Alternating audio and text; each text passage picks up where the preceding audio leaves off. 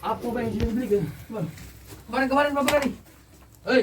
Ernie Johan yang sedang tertidur tak menyangka didatangi polisi dari unit Ranmor Polresta Palembang untuk menangkapnya karena pencurian yang dilakukannya. Tersangka dicari polisi setelah pencurian 2 dus sabun cuci yang dilakukannya pada pedagang kelontongan yang tak jauh dari rumahnya di kawasan Kertapati Palembang terekam kamera pengawas atau CCTV. Sebelum dibawa ke Polrestabes Palembang, tersangka diminta menunjukkan lokasi aksi pencuriannya. Polisi mengenali tersangka setelah video pencurian viral di media sosial.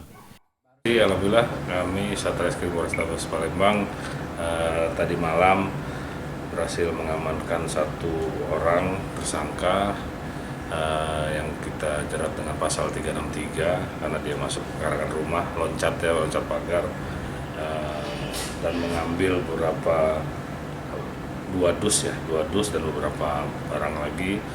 Itu sebenarnya sabun cuci piring, terekam di CCTV rumah korban dan sempat viral di media medsos, dan alhamdulillah kita ungkap dan berhasil kita amankan pelakunya.